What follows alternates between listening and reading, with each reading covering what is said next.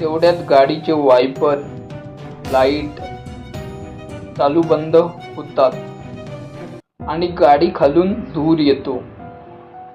हे बघून तो अनोळखी माणूस पडून जातो. ते 5 मित्र पण घाबरतात.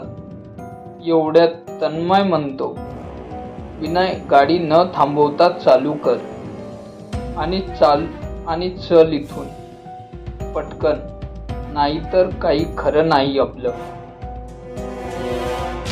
तेव्हा विनय गाडी चालू करून वेगाने चालवायला लागतो. चालवता चालवता एका हॉटेल जवळ पोहोचतो. पोहोचताच गाडी थांबवायचा प्रयत्न करतो, तर गाडी न थांबता पुढे जाते. तेव्हा विनय ब्रेक लावायचा प्रयत्न करतो, पण ब्रेक काही लागत नाही.